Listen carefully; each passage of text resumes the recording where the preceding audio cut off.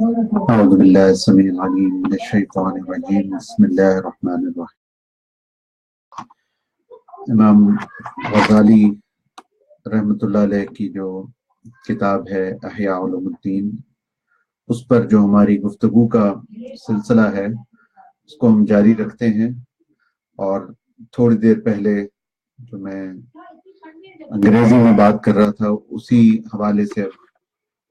کو اردو میں بھی آپ کے پیش نظر کروں گا۔ اور وہ قرآن شریف میں یہ ارشاد ہوتا ہے، اعوذ باللہ من الشیطان الرجیم بسم اللہ الرحمن الرحیم، والذین جاہدوا فینا لنہدینہم سبلنا وان اللہ لمع المحسنین۔ اور سورہ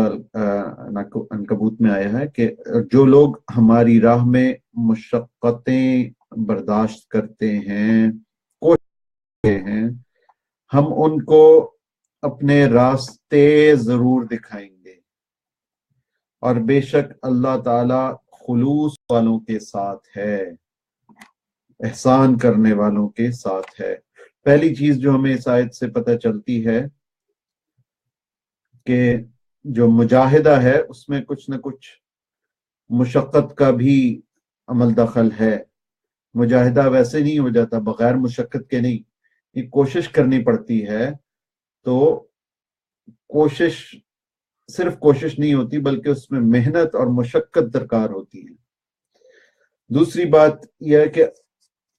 اللہ تعالیٰ فرماتے ہیں کہ ہم ان کو اپنے جو راستے ہیں وہ دکھا دیں گے، کہ ہم ان کو اپنے راستے ضرور دکھا دیں گے، یعنی اللہ تعالیٰ کی طرف جانے کا ایک راستہ نہیں ہے، بہت سارے راستے ہیں، اور تمام کے تمام راستے قرآن و سنت کے اندر ہی ہیں۔ کوئی بھی ایسا راستہ جو قرآن و سنت سے باہر ہو، متصادم ہو، وہ باطل ہے۔ تو قرآن و سنت کی حدود و قیود کے اندر رہتے ہوئے کوئی بھی راستہ اللہ سبحانہ و تعالیٰ کی طرف لے جانے والا ہو تو وہ اللہ تعالیٰ کا راستہ ہوگا، وہ سبیل اللہ ہوگی، بشرطے کہ قرآن و سنت کے مطابق ہو اور مخالف نہ ہو۔ تو یہ جو اتنے سارے مسالک ہیں، اتنے سارے سلاسل ہیں اور اتنے سارے مکاتب فکر ہیں، ایز لانگ ایز جب تک کہ یہ قرآن و سنت سے متصادم نہ ہوتے ہوں، قرآن و سنت کے اندر رہتے ہوں، تو یہ سب، میرا نیک گمان یہ ہے کہ سب اللہ تعالیٰ کی طرف لے جانے والے رستے ہیں۔ اسی لیے اللہ یہ فرما رہے ہیں کہ لَنَهْدِيَنَّهُمْ سُبُلَنَا۔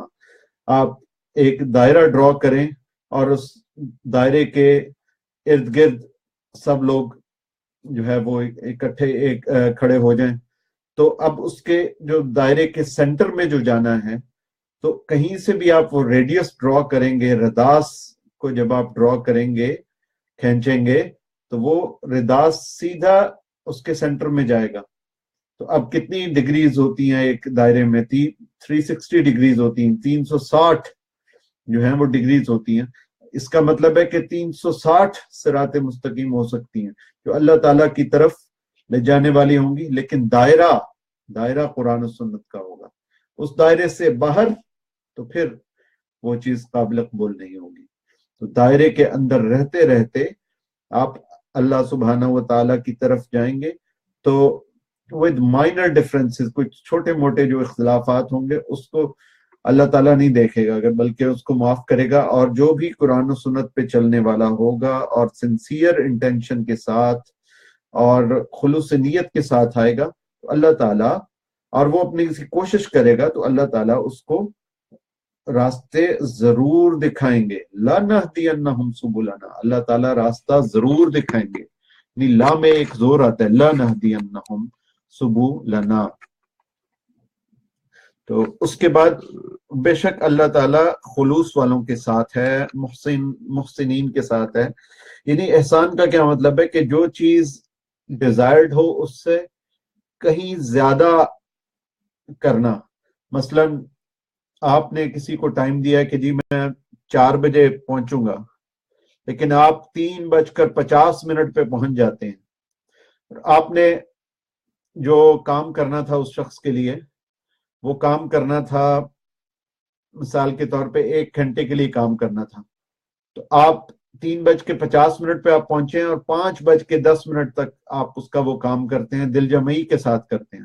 تو 1 گھنٹہ اور 20 منٹ ہو گئے نا، کہ جو آپ نے 4 سے 5 تک کام کرنا تھا وہ آپ نے 3:50 پہ شروع کیا، 5:10 پہ شروع کیا، تو یہ ایک درجہ احسان ہوگا کہ جی آپ نے جو ریکوائرڈ تھا اس سے زیادہ کیا۔ تو اسی لیے اللہ تعالیٰ بھی پھر انہی کو ملتا ہے جو درجہ احسان میں اللہ تعالیٰ کی عبادت کرتے، صرف فرض اور سنت تک نہیں رہتے بلکہ وہ نوافل کی کثرت رکھتے ہیں، صرف زکوٰۃ تک نہیں رہتے بلکہ وہ خلق خدا کی خدمت کرتے ہیں اور دل کھول کر ان پر جو ہے وہ اپنے جان مال کے نذرانے پیش کرتے ہیں اللہ تعالیٰ کی راہ میں۔ اور اسی طرح یہ کہ کجا کے کسی کی غیبت کی جائے، وہ ہمیشہ لوگوں کی اچھائیاں بیان کرتے ہیں، ورنہ چپ رہتے ہیں، کسی کے بارے میں بات ہی نہیں کرتے، بات کرنی ہے تو اچھی کرنی ہے۔ اسی طرح بجائے اس کے کہ لالچ نہیں کریں گے بلکہ وہ اللہ تعالیٰ کی راہ میں دیں گے، کسی کے لیے کینہ نہیں رکھیں گے، تو کینہ نہ رکھنا تو ایک چیز ہوئی نا، اور کینے کی جگہ ہر شخص سے محبت کرنا اور تمام خلق خدا سے محبت پالنا، یہ ایک احسان کے درجے میں آ جائے گا۔ تو بجائے اس کے کہ کسی کو کم تول کے دیا جائے یہ زیادتی ہوگی، پورا تول کے دیا جائے تو یہ زیادتی نہیں ہے، یہ بالکل ٹھیک ہے، اور اگر زیادہ تول کے تھوڑا سا زیادہ دے دیا جائے تو یہ احسان کے درجے میں ہو جائے گا۔ تو کسی کی تھوڑی سی خدمت کی جائے تو وہ تو اس کا وہ ہوگا کہ جی وہ ڈیزرو کرتا تھا، وہ اس کا اہل تھا، اور اگر وہ اس کی کچھ زیادہ ہی آپ نے خدمت کر دی ہے جس کا وہ اہل نہیں تھا تو یہ احسان کے درجے میں ہو جائے گا۔ تو اللہ تعالیٰ احسان والوں کے ساتھ ہے۔ اب یہاں پہ اس آیت میں ایک نقطہ نکلتا ہے کہ اللہ تعالیٰ احسان والوں کے ساتھ ہے، اللہ تعالیٰ احسان والوں کے ساتھ ہے، یعنی کہ جس طرح اللہ تعالیٰ آپ کی شہرگ سے بھی زیادہ قریب ہے، تو وَنَحْنُ أَقْرَبُ إِلَيْهِ مِنْ حَبْلِ الْوَرِيدِ، کہ ہم تو حبل الورید سے بھی زیادہ قریب ہیں، ہم تو بہت ہی زیادہ قریب ہیں۔ تو اللہ تعالیٰ اتنا قریب کیسے ہوگا کہ اللہ تعالیٰ آپ کے ساتھ ہو جائے؟ تو وہ اس مشقت کرنے میں اور اس مجاہدہ کرنے میں، اللہ تعالیٰ کی راہ میں جو آپ نے مجاہدہ کرنا ہے، اس میں ایک شرط آ جاتی ہے، ایک پری ریکوزٹ آ جاتا ہے، اور وہ یہ ہے کہ کسی کی معیت اختیار کی جائے، یعنی کہ کسی کے ساتھ ہو جائیں۔ جب آپ کسی کے ساتھ ہوں گے تو اللہ تعالیٰ آپ کے ساتھ ہو جائے گا۔ تو آپ کس کے ساتھ ہوں گے؟ سب سے بڑی ہستی حضور اقدس صلی اللہ علیہ وآلہ وسلم کی، اور صحابہ کرام رضوان اللہ تعالی علیہم اجمعین کو یہ شرف حاصل ہوا کہ آپ اقدس صلی اللہ علیہ وآلہ وسلم کے بالکل ساتھ رہے، ان کا قرب ملا، اور ان کے ساتھ اٹھنے بیٹھنے کا شرف حاصل ہوا، سعادت حاصل ہوئی، آپ صلی اللہ علیہ وسلم کے قدم چومنے کی سعادت حاصل ہوئی، ہاتھ چومنے کی سعادت حاصل ہوئی، اور صحابہ کرام کی محبت کا کیا عالم تھا۔ اب حضور اقدس صلی اللہ علیہ وآلہ وسلم جب پردہ فرما چکے تو کوئی بھی شخص جو متبع سنت ہو، کوئی عالم ہو، کوئی شیخ ہو، اور کوئی بھی بزرگ ہستی ہو، ایون آپ کے ماں باپ ہوں جو کہ متبع شریعت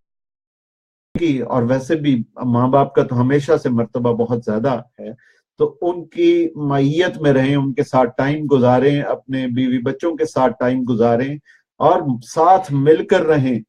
اور جب آپ ایک دوسرے کے ساتھ مل کر رہیں گے اور نیک لوگوں کی صحبت اختیار کریں گے تو اللہ سبحانہ ہوا تعالیٰ آپ کے ساتھ آ جائے گا۔ اللہ کہے گا کہ یہ تو لوگوں کے ساتھ رہتا ہے ہمیشہ، تو میں اس کے ساتھ ہو جاتا ہوں۔ اگر آپ چاہتے ہیں کہ اللہ تعالیٰ آپ کے ساتھ ہو جائے، آپ لوگوں کے ساتھ رہیں۔ تو جب آپ اپنے مرشد کے، اپنے شیخ کے نزدیک ہو جائیں گے، اپنے مرشد کی قربت میں آ جائیں گے تو اللہ تعالیٰ آپ کو اپنی قربت میں لے لے گا، اور اس سے پہلے آپ کو مرشد سے نکل کر آپ حضور اقدس صلی اللہ علیہ وآلہ وسلم کی دہلیز پر پہنچائے جائیں گے، حضور اقدس صلی اللہ علیہ وآلہ وسلم کا قرب عطا ہوگا، اور پھر حضور اقدس صلی اللہ علیہ وآلہ وسلم کی دہلیز سے آپ اللہ تعالیٰ کی دہلیز پہ پہنچائے جائیں گے، یعنی کہ آپ کو اپنے شیخ کا قرب بھی ملے گا، اور پھر اس کے بعد حضور اقدس صلی اللہ علیہ وآلہ وسلم کا قرب بھی ملے گا، اور اللہ تعالیٰ کا قرب بھی ملے گا۔ تو اس کے لیے صحبت، اچھی صحبت بہت ضروری ہے، اور اس کے صحبت کے بعد پھر مجاہدہ کرنا یہ بہت ضروری ہے۔ تو اس کے بعد پھر یہ امام غزالی رحمۃ اللہ علیہ بتاتے ہیں کہ صحابہ کی فضیلت کا کیا معیار تھا، کیونکہ صحابہ، اب ایک بڑے سے بڑا ولی بھی کوشش کرے کہ وہ کسی صحابی، ادنا سے ادنا صحابی سے آگے نکل جائے، نہیں نکل سکتا۔ تو یعنی کہ آپ جتنی مرضی محنت کر لیں، مجاہدہ کر لیں، لیکن جب آپ آگے نکلیں گے نہیں نکل سکتے، سوال ہی پیدا نہیں ہوتا۔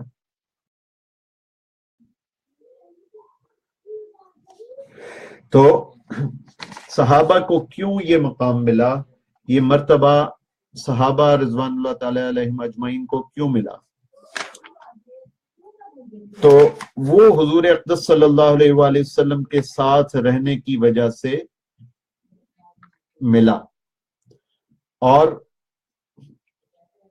تو ہمیں صحابہ کرام رضوان اللہ تعالی علیہم اجمعین کے حالات و واقعات پر روشنی ڈالنی چاہیے کہ صحابہ کرام رضی اللہ عنہم کس طرح اس مقام پر پہنچے۔ سب سے پہلی تو یہ ہے کہ جو زیادہ قریب ہے اس کا زیادہ مقام ہے۔ تو حضرت ابوبکر صدیق رضی اللہ تعالیٰ عنہ کتنے قریب تھے حضور اقدس صلی اللہ علیہ وسلم کے، اور صرف قریب ہونا نہیں، پھر جب امتحان آیا تو آپ اس امتحان پہ پورے اترے کہ نہیں۔ سب سے پہلا جو تھا کہ جب واقعہ معراج پہ حضور اقدس صلی اللہ علیہ وسلم گئے تو سب سے پہلے کس نے گواہی دی کہ جی آپ نے بالکل درست فرمایا ہے اور آپ واقعی میں حضرت ابوبکر صدیق رضی اللہ تعالیٰ عنہ، اسی لیے تو آپ کو صدیق کہا جاتا ہے۔ سب سے پہلے مردوں میں ایمان کون لایا؟ حضرت ابوبکر صدیق رضی اللہ تعالیٰ عنہ۔ اسی طرح پھر حضرت عمر رضی اللہ تعالیٰ عنہ کا جو ایمان تھا وہ بھی بہت ایک مثال دینے کے لائق ہے، کہ جب ان کا انتقال ہوا تو لوگوں نے کہا کہ جی 10 میں سے 9 اس سے علم اٹھ گیا ہے۔ تو انہوں نے کہا کہ ابھی تو بہت سارے مفتیان کرام اور بہت سارے صحابہ واقع ہیں، ابھی الائیو ہیں، زندہ ہیں ابھی۔ تو جن شخص نے یہ بات کہی تھی کہ 9/10 علم اٹھ گیا ہے، انہوں نے کہا کہ نہیں، وہ جو خلوص اور جو رسول اللہ صلی اللہ علیہ وسلم کی محبت تھی اور جو اللہ تعالیٰ کی طرف لوگوں کو لے جانے کا جذبہ تھا، وہ جذبہ سب سے زیادہ حضرت عمر فاروق رضی اللہ تعالیٰ عنہ میں تھا، اور اس وجہ سے وہ 9/10 جو ایمان تھا اور جو علم تھا وہ آپ رضی اللہ تعالیٰ عنہ کی رحلت سے اٹھ گیا۔ پھر اس کے بعد آپ دیکھیں کہ جی یعنی حضرت ابوبکر کو دیکھ لیں آپ کہ ان کو صرف فضیلت اس لیے نہیں حاصل تھی کہ وہ بہت زیادہ روزے رکھتے تھے اور بہت زیادہ نماز پڑھتے تھے یا روایات بیان کرتے تھے یا علم کلام کے ماہر تھے، لیکن وہ فضیلت ان علوم کی وجہ سے تھی جو ان کے سینے میں پوشیدہ تھے، جیسا کہ حضرت صلی اللہ علیہ وآلہ وسلم نے اس کی شہادت دی۔ تو ہمیں امام غزالی فرماتے ہیں کہ ہمیں چاہیے کہ ہم اسی راز کی تلاش اور جستجو کریں جو ہر نفیس یا در سکنون ہے، اور جس کی فضیلت پر بعض اسباب کی بنا پر اکثر لوگ متفق۔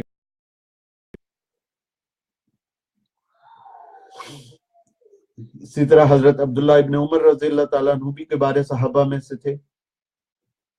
تو 10-12 صحابہ کرام کے علاوہ کسی بھی صحابی نے اپنے آپ کو مفتی نہیں بنایا، لیکن حضرت عبداللہ بن عمر بھی جب کبار صحابہ میں سے تھے، جب ان سے کوئی فتویٰ معلوم کرتا یہ فرماتے کہ فلاں والی یا حاکم کے پاس چلے جاؤ جس نے لوگوں کو کے معاملات اپنے ذمہ لے رکھے ہیں، اور اپنے سوال کو بھی اسی کی گردن میں ڈال دو. یعنی اتنے رسپانسبل تھے، اتنے ذمہ داری سے بات کرتے تھے کہ ایسا ہوتا تھا کہ کہیں خدا نہ خواستہ کوئی اللہ تعالیٰ کی پکڑ نہ آ جائے، کوئی اللہ تعالیٰ سے اتنا ڈرتے ڈرتے فتویٰ دیتے تھے، کوئی بھی فتویٰ دینا ہو. حضرت ابن عمر رضی اللہ تعالیٰ عنہ. اور جب حضرت عمر رضی اللہ تعالیٰ عنہ کا انتقال ہوا تو حضرت عبداللہ ابن مسعود رضی اللہ تعالیٰ عنہ تھے جنہوں نے فرمایا تھا کہ آج علم کے 10 حصوں میں سے 9 حصے رخصت ہو گئے ہیں. لوگوں نے کہا کہ ابھی تو بڑے بڑے صحابہ حیات ہیں، لیکن ابن مسعود رضی اللہ تعالیٰ عنہ نے فرمایا کہ میری مراد علم الفتویٰ، علم الاحکام نہیں ہے، بلکہ علم باری تعالیٰ کہ اللہ تعالیٰ کا جو علم تھا، اللہ تعالیٰ کی ذات کی تک رسائی کا، اللہ تعالیٰ کی قربت کا. والذین آمنوا اشد حبا للہ کہ ایمان والے جو ہیں وہ اللہ تعالیٰ کی محبت میں بہت شدید ہوتے ہیں. تو وہ علم جو ہے وہ حضرت عمر رضی اللہ تعالیٰ عنہ کے پاس بہت زیادہ تھا. پھر اسی طرح آپ دیکھیں تو حضرت علی المرتضیٰ رضی اللہ تعالیٰ عنہ، حضرت عثمان غنی رضی اللہ تعالیٰ عنہ، یعنی کتنا ان کے پاس تقویٰ تھا، تزکیہ تھا، احسان کرنے والے تھے، غریبوں کو مسکینوں کو کھانا کھلانے والے تھے اور غریبوں کی مدد کرنے والے تھے، اور اللہ تعالیٰ کی راہ میں پیسہ خرچ کرنے والے تھے. کسی سے بغض نہیں رکھنا، کسی کی غیبت نہیں کرنی، اور ہمیشہ سب سے اچھے طریقے سے پیش آنا ہے، خوش خلقی رکھنی ہے، کبھی غصہ نہیں کرنا، کسی سے ناراض نہیں ہونا، سوائے یہ کہ اللہ تعالیٰ کی وجہ سے کسی پر غصہ ہو تو وہ اور بات ہے، لیکن اپنی ذات کی وجہ سے کسی سے بدلہ نہیں لینا. حضرت علی رضی اللہ تعالیٰ عنہ کا ایک جو واقعہ ہے کہ ایک جنگ میں کسی کافر نے ان پر تھوک دیا تو حضرت علی رضی اللہ تعالیٰ عنہ نے اس کو معاف کر دیا، کہ کہتے کہ اب میں اگر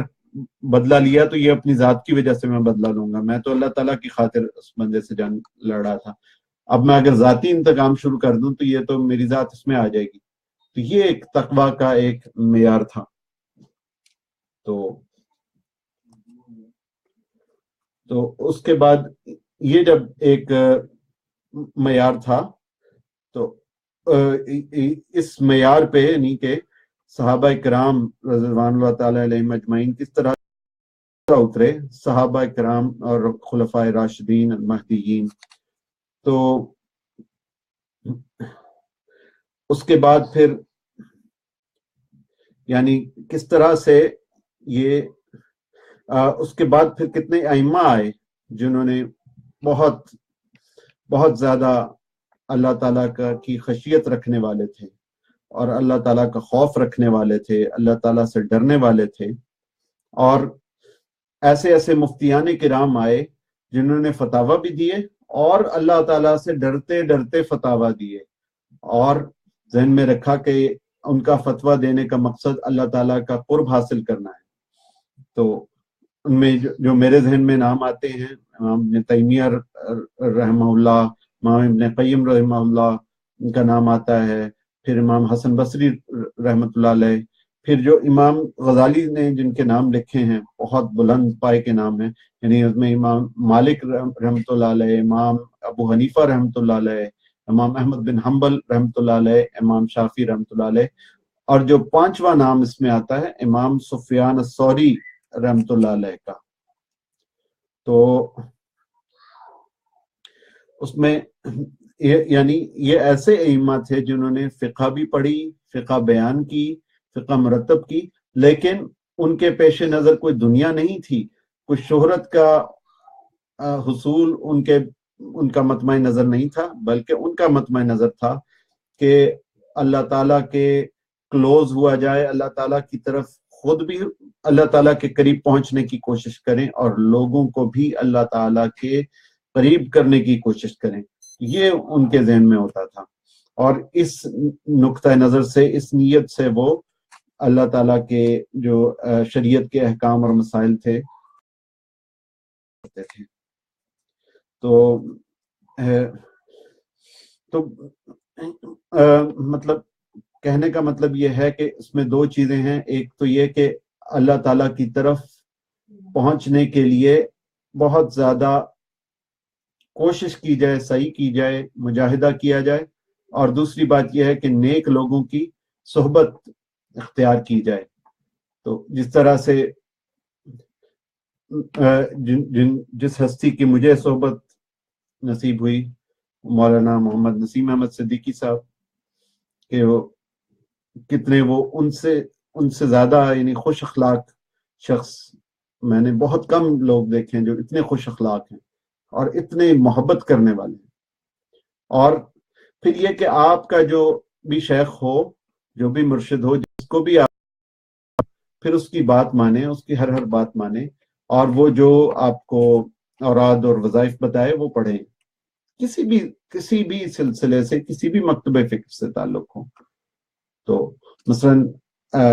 صدیقی صاحب ہمیں بتاتے ہیں کہ 2 چیزیں پڑھنی ہیں، تو بسم اللہ الرحمن الرحیم ہر وقت پڑھتے رہنا ہے، اور دوسری جو چیز ہے صلی اللہ علی حبیبہ محمد وآلہ وسلم، اور یہ ملا کر پڑھنے ہیں تو کیا ہی بات ہے. بسم اللہ الرحمن الرحیم صلی اللہ علی حبیبہ محمد وآلہ وسلم، اس کو ہر وقت باوضو رہیں اور یہ اپنا وظیفہ بنا لیں. صبح سویرے سورہ یاسین اس کو روزانہ صبح 1 دفعہ پڑھیں، 11 دفعہ درود ابراہیم پڑھیں، یا 1 دفعہ درود تاج پڑھ لیں، اور پھر اللہ تعالیٰ سے دعا کریں. اللہ تعالیٰ آپ کی ساری مشکلات کو آسان فرمائے گا اور آپ کے سارے دن میں خیر و برکت رہے گی. تو اللہ تعالیٰ ہمیں ایسا بنائے کہ ہم اللہ تعالیٰ کو پسند آ جائیں، اور جس طرح صدیقی صاحب فرماتے ہیں کہ دنیا کے لیے اتنا کرو کہ جتنا ہم نے اس میں رہنا ہے، اور آخرت کے لیے اتنا کرو جتنا ہم نے اس میں رہنا ہے. تو اللہ تعالیٰ ہمیں عمل کی توفیق عطا فرمائے، اور اللہ تعالیٰ ہمیں اپنا قرب اور اپنی معیت عطا فرمائے. وآخر دعوانا ان الحمد للہ رب العالمین.